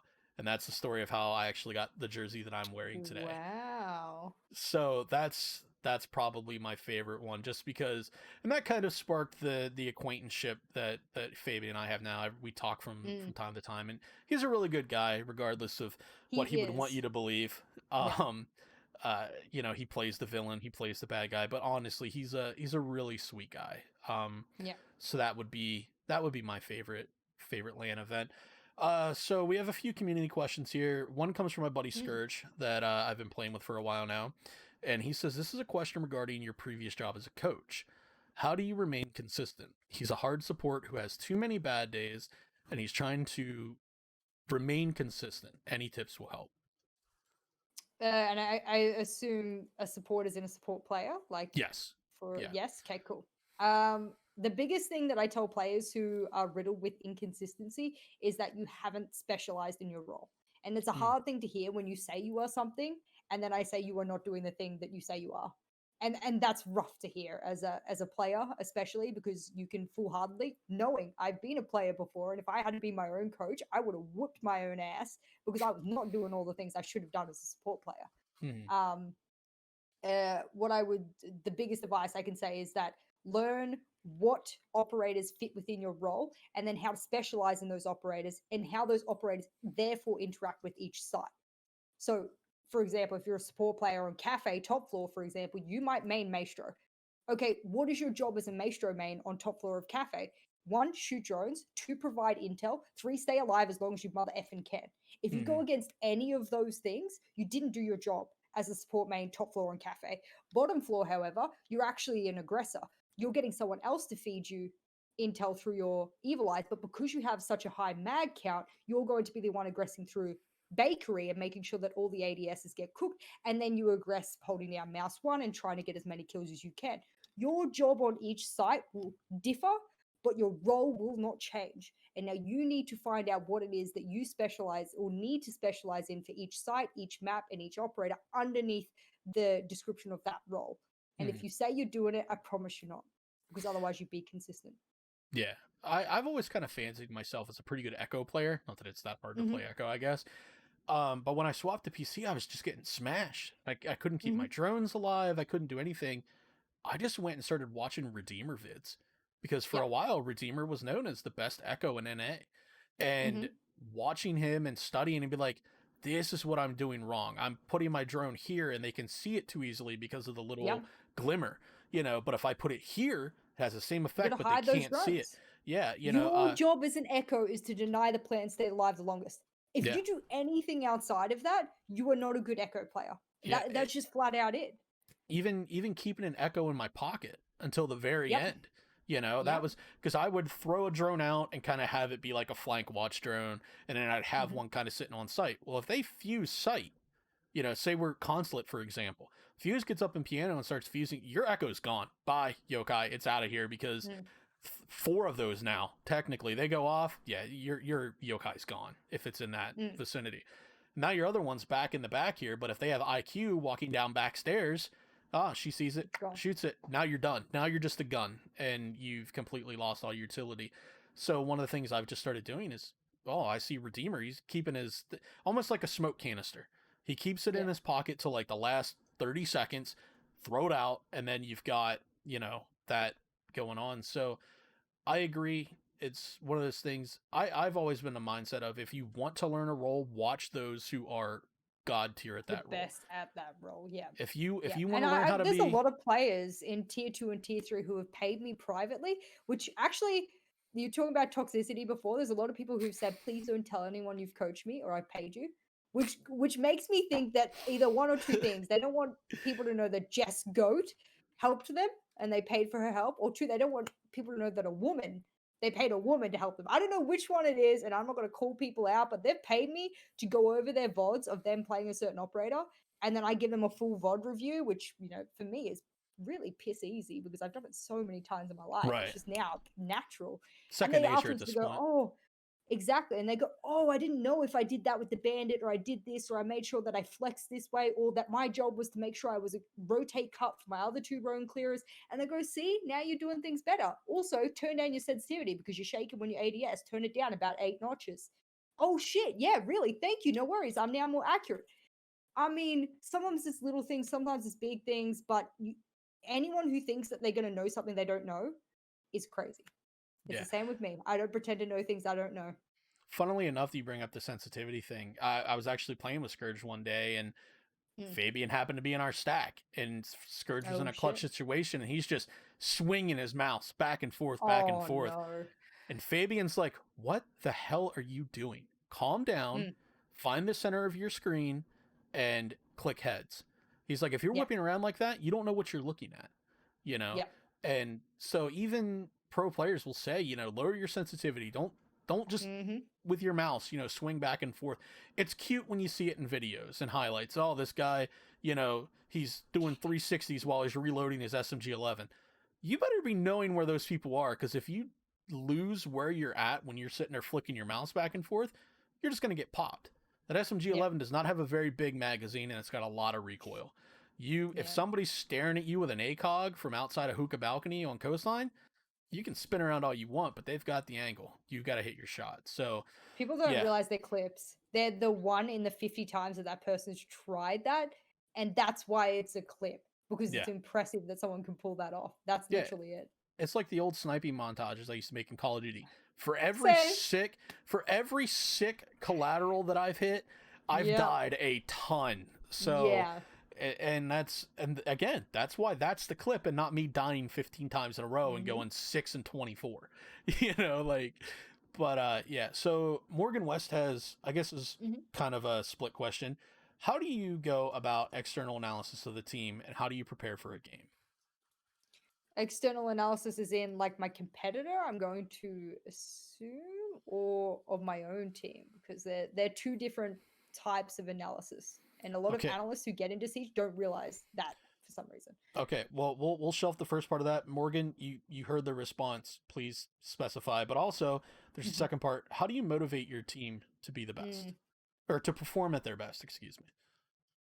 Everyone has different emotional bandwidths, I like to call it. And for me, hyper emotional players are very likely to make mistakes when they are feeling hyper emotional. That's just, by nature of it. And there's a lot of people who keep quite calm under stress. I would like to think that I myself am quite calm under a lot of stress. So therefore, quiet is needed for me. But for players who, really thrive off a lot of those emotional moments and everything like that, I tend to try and use humor. It's turned out psychologically. There's a lot of studies that have come out that humor is actually the best icebreaker for individuals. Chewing gum is also another biological one, sort of motor one that you can use as well. And so for a lot of players who are feeling the stress and the pressure especially, what we like to do is we like to essentially just try and take the piss out of everything, as an Australian would say. Oh man, your aim was so trash that round. What, man, you're so trash. Nah, man, shut up. And then you're making fun of the thing that they're feeling self-conscious about, and so that they make fun of it too, so that it loses its power and its value of devaluing that emotional response that they have to it. So they go, oh, you're right, man, that was so trash. And everyone has a laugh, and then everyone goes, all right, next round. Don't worry, I got it back. Don't worry. I'm just like, I'm warming up, boys. Don't even worry about it. And you tell them to make jokes about their mistakes so that it diffuses the power that it once had. And it works with really hyper emotional players really well. With non-hyper emotional players, other methods work better. But yeah, for the most part, there's a lot of really emotional players in Siege, whether or not that's maturity or just cognitive growth wise. I'm not sure why that is. But yeah, there's a few things you can do. That's one of many. Yeah, I mean, speaking of the humor, one time we were playing Clubhouse. We were attacking cache and server because that's the default site usually now. And literally, I just screamed up red stairs as Ash, killed Rook, shot Bandit, and then went into the rotate hole and killed the Maestro, who's laying on the ground for some reason. And my buddy Merc threw a grenade through that top part of the hole that they usually make from cache into server to throw C4 through. Oh yeah. And it dinked me in the head and blew me up. And I was like, buddy, you just ruined my ace. What are you doing? Right? Because he felt bad. And he was like, oh man, I'm so sorry. And I was like, to be fair, it would have killed the Maestro had I not already shot him as he was laying prone. So I was like, think of it like that. Like, at least you had good grenade placement, right? Because he felt bad that he had obviously team killed. I don't think he felt bad that he took my ace, but or ruined my chance at an ace. But yeah, he felt bad because he was like, oh man, I feel. Don't worry about it, man. You had good grenade placement. At least next time you know where you threw it, it'll be. I was like, just make sure that. Like, I'm a 3-speed, but I can't outrun a grenade, buddy. Like, so I was like, they slowed us down a little bit. By taking the power out of that consequence that he felt was necessary for that moment, you shifted the narrative really quickly. And I think it's really important to highlight people like yourself who can be calm in those situations. It's why we always highlight certain leaders in teams for being able to diffuse those emotional responses that a player might have. So, I TK'd him. Oh, he's gonna hate me for it. He might not say it, but he's thinking it. And then you go, man, what a fucking throw. That was awesome. Holy shit, man. You would have dinked that Maestro. And all of a sudden the narrative changes in their brain. It's so powerful and very necessary. And it's why I prefer players, because coach can't always speak, especially at a LAN, that can take those roles and turn something that they might actually be pissed about into something that doesn't hold that kind of power. Right. And like, even now, like, we still kind of joke about it every now and again. Because we'll be setting up our things and I'll be like, all right, Merc, you can play whoever you want, just don't pick anyone with frags. Right. Like, and it's just kind of like a running joke. And he'll be like, well, stay off site. And I'm like, I'm doing my job as Ash, getting into site and killing everyone. That's like, I bring nothing else to this team, Merc. I just go in and kill. So, but he got over it pretty quickly, and I was like, dude, it's fine. Like, I killed 3, you killed me. It's okay. Now it's a 4v2. You guys got this. It's easy. So, and now we've gotten to the point to where we can joke about it because he knows that I'm not mad about it. It happens. The amount of times that I've been holding an angle and shooting, and someone walks in front of me and they just get TK'd and they're upset about it. I'm like, dude, I'm holding mouse 1. Why are you walking in front of me? And vice versa. It's happened to me. I've walked in front of somebody and they shot. And they were like, dude, I'm like, you know what? That's 100% on me, man. I should have walked behind you, So that's, and then Morgan got a little bit more specific. You're a competitor, not yourself, on the original question. So how would you go about external analysis? It's funny Morgan brings this up because I have an instance where during sort of the end of my career with Penta, and that was quite a public end, as most people know, unfortunately. DreamHack.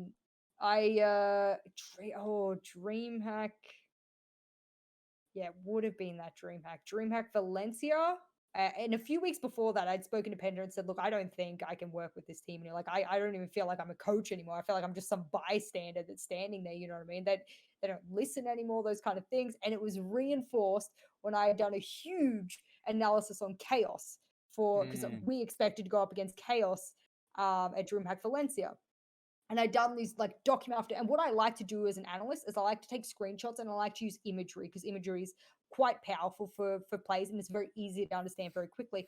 And then I'd use really short, concise dot points to explain how we counter the specific screenshot I might have had. So, they may put a Maestro cam here. As a result, make sure that we either open up the sidewall, get access to it, ash it. If there's going to be this ADS and shield placement, we're going to need more utility to deal with this.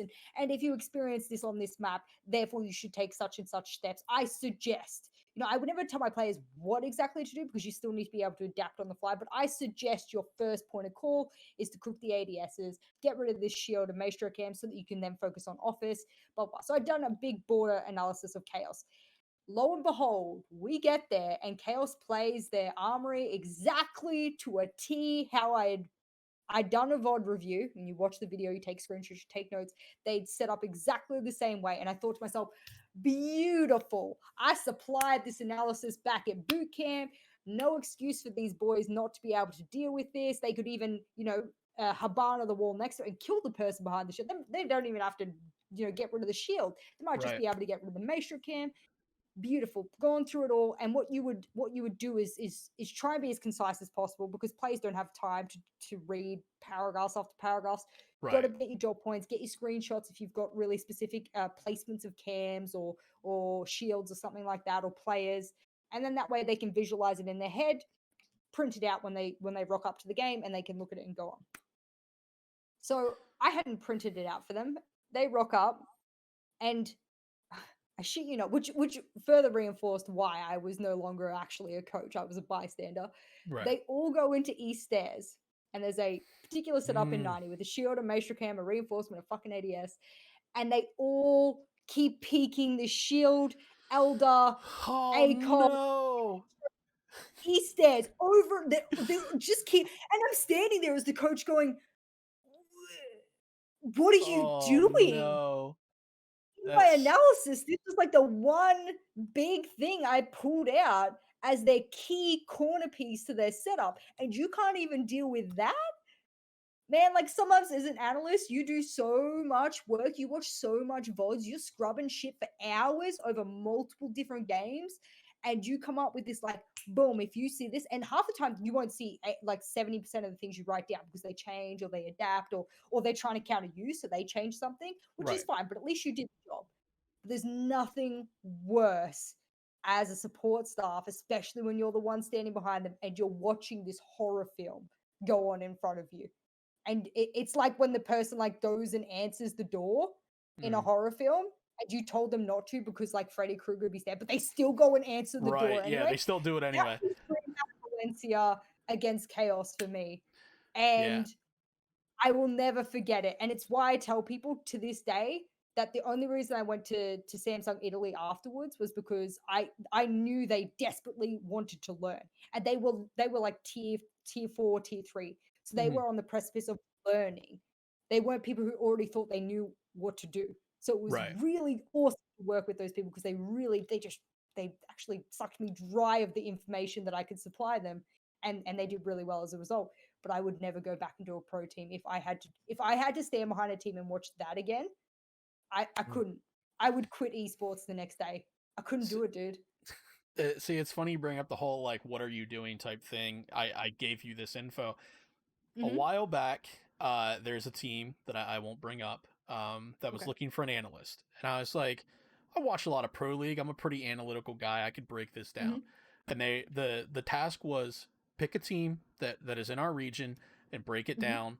And at the time I was like, who's the king of this region?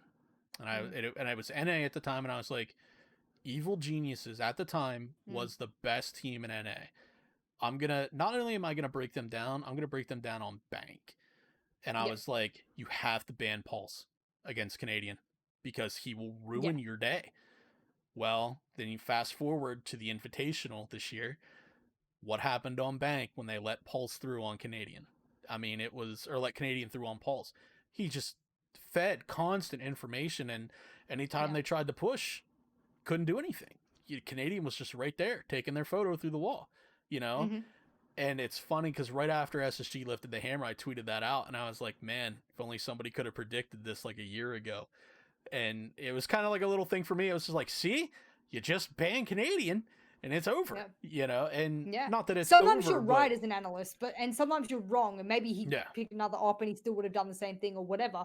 But people don't understand that when you prepare for something, you're preparing for the worst case scenario. There still might be a bad case, but at least you avoided the worst case scenario, of which the Pulse therefore may have been. It's why you've seen when we I think I was with Ped, we banned Buck on Consulate, because the worst case scenario for us at the time was, yes, you can bring a sledge, but you are far more versed with the C8 than you are with the L8 or whatever it is that they might be taking with sledge. And so we've avoided the worst case. We still might lose, but we've avoided the worst case by getting rid of your best Buck player, and that's why we do it.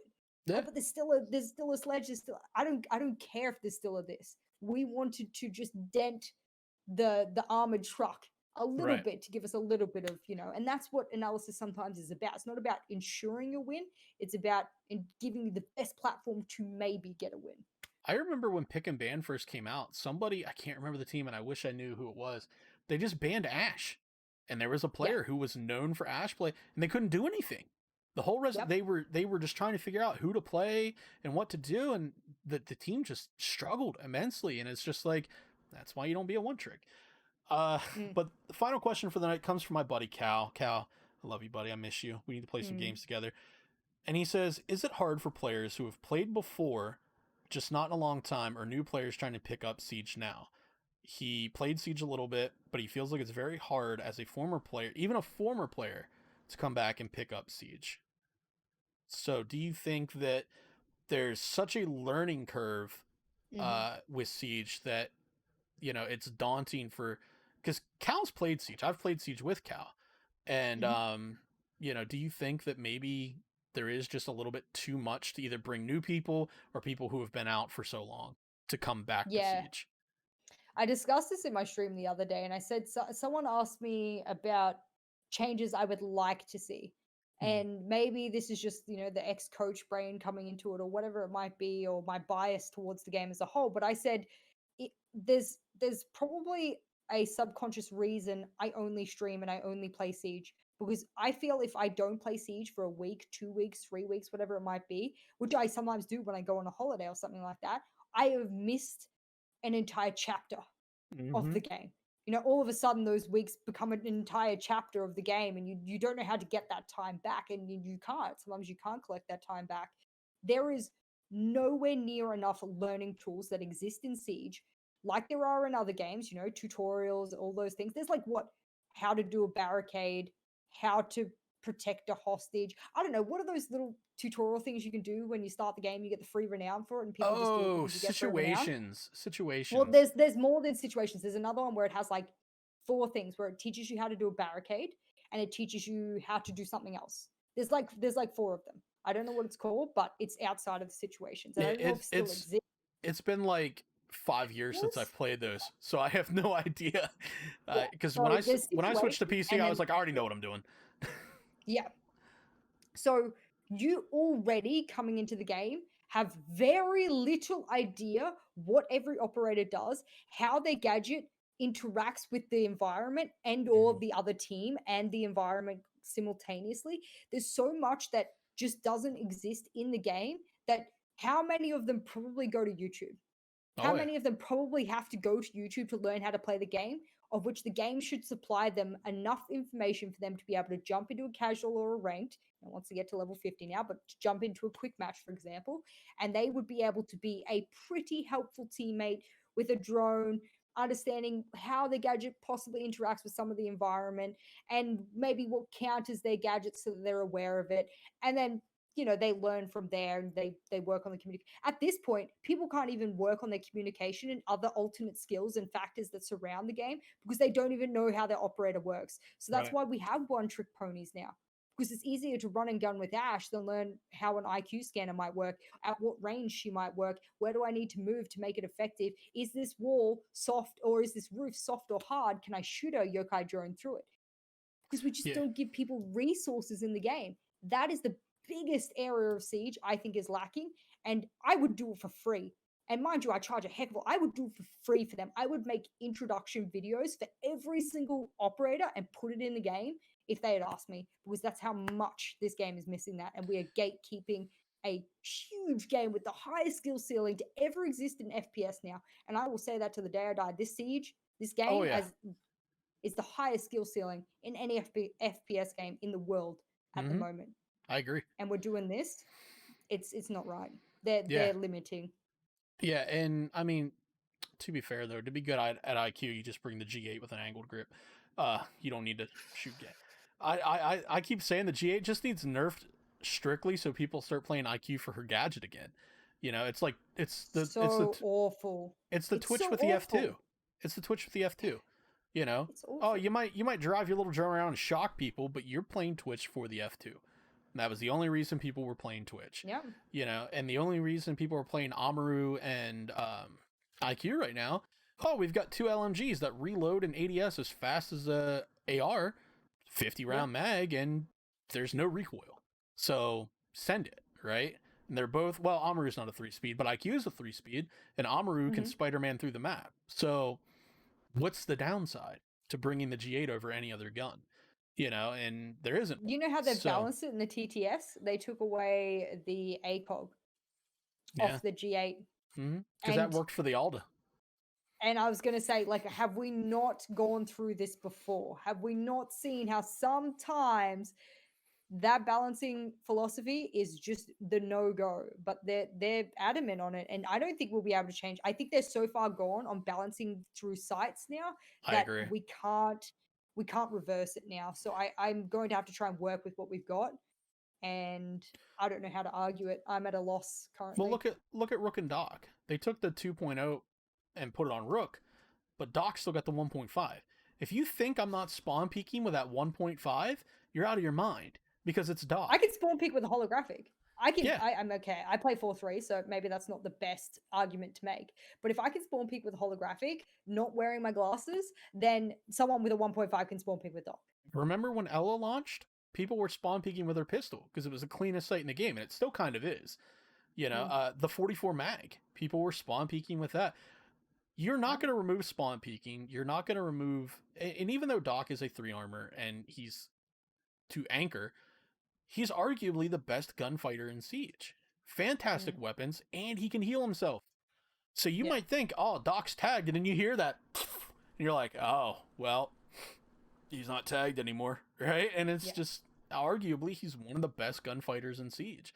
You know, the MP5 is a bit of a pea shooter, though. Like, if we have to admit, and I don't know what the damage is per bullet, but it is quite low compared to a lot of the other operators that exist.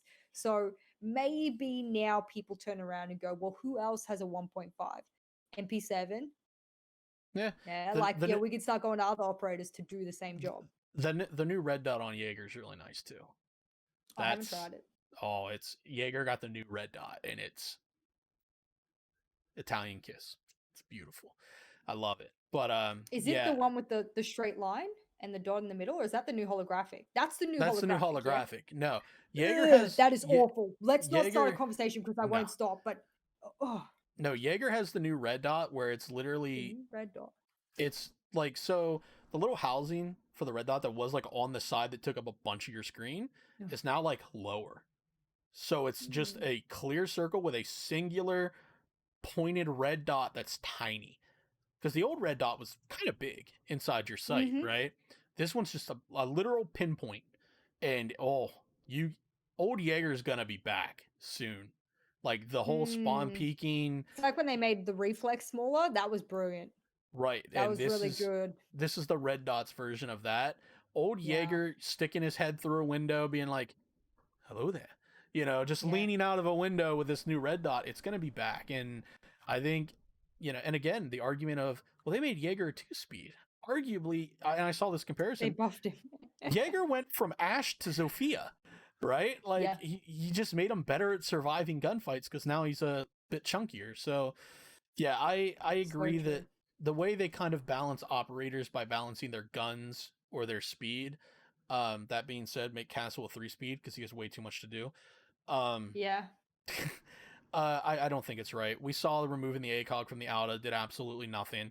It's still a bullet hose. Removing the ACOG from Ash actually made her better, you know, because her win rate went up. Her pick rate went down, but her win rate went up.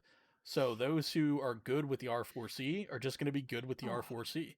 And it's the way tiny, and it's the way tiny hitbox. You know, she's got one of the smallest hitboxes in the game, and she's fast. Peeker's advantage, all that. I mean, she's still the entry fragger, you know? I mean, I personally like Zofia a bit more, but, you know, that's preference. But yeah, I mean, I agree. I love Ubisoft. I love Siege. Scopes are not a balancing tool, in my opinion. Yep. So, all right. Well, with that all being said, we're going to wrap it up here. We went almost double the time that we should have. So I appreciate you Whoops. sticking That's around okay. with me here. Of course. It was a good chat. I really enjoyed this. Maybe we'll have to do this again sometime. And Please. once things get more settled and we Mm. oh, one more thing I did want to bring up. Which region has the best system for their play days, in your opinion? Oh. I would like to see what APAC does everywhere. The double We're gonna make the headers. assumption. I like where everyone versus each other at least once. But this is a 12 team, right? So let's make the assumption there's 10 teams. Everyone versus each other once in an OT, max OT. Mm. And I'm okay with some of the arguments that if you go OT, you get an extra point for hitting OT, and then whoever wins gets like the extra points. I'm okay with that argument. If that works, it works. I couldn't care less. But I would like to see OT no draws, best of one. LATAM does it okay with best of twos, but the reason best of threes won't work and people don't understand this is that casters would die and Rainbow Six Siege would never be offline. Yeah. It would be consistently online, would never stop with the amount of teams you have. So please, please, please, please understand that from a production side of things and a workload side of things, APAC with 12 teams with a best of one with OT goes for like an exorbitant amount of time straight in a day. Let alone you want to try and bring in best of threes. I'm sorry. From a production standpoint, with the amount of teams we have, it doesn't work. So best of ones with OT, maybe some of these extra additional arguments people are trying to throw up. Yeah, okay, try it. But that is the best. And I've thought about it and I've compared it in multiple scenarios, having not had production experience before this, and now I do. Now I know, both as a player, a coach, a support staff, and from production side, how to compare them all. And I'm in a very unique position to do this. That is the best. And that is the best you will get, because people will not stay for a best of three when over 60% of your viewership is casual. They will not do it, no matter what you say. I like the best of three for tournaments. I think that's great for that. But if we can eliminate the draws, because that's the most disappointing about a best of one, right? So if we can eliminate the draws, I agree with you. I believe the best of ones is the best way to go. It saves casters, it saves players. Imagine if you asked an NFL team, okay, you just played a 3-hour game, okay, go play another one, like right now, go do it, And it's just like, well, no, wait a minute, we got to keep going, And that was the argument with the Sonics whenever they lost to DZ. It was like, we just played 2 best of 3s in a row, and now you want us to play another one? Like, are you kidding me? Luckily, Face It was like, no, we're going to delay this, because that, in my opinion, was the right choice. But it should never get to that way for league play, right? For tournaments, yes, best of 3s, and then best of 5s for the grand finals. Yes. I'm not a huge fan of the map advantage, but that's a whole nother discussion that maybe we can get into later on. I don't know how to fix that, because I've not studied, tournament set out that way, where you need to have the double elim and how that would work with an advantage and stuff like that. So I couldn't make an opinion on that. But when it comes to the leagues as they exist, especially when it comes to the ones I work, we cannot do best of 2s. We can definitely not do best of 3s. And the best I think that we could give the audience is best of 1s with overtime. That is it. That is all we can do. I agree 100%. So with that all being said, everyone, thank you so much for coming out.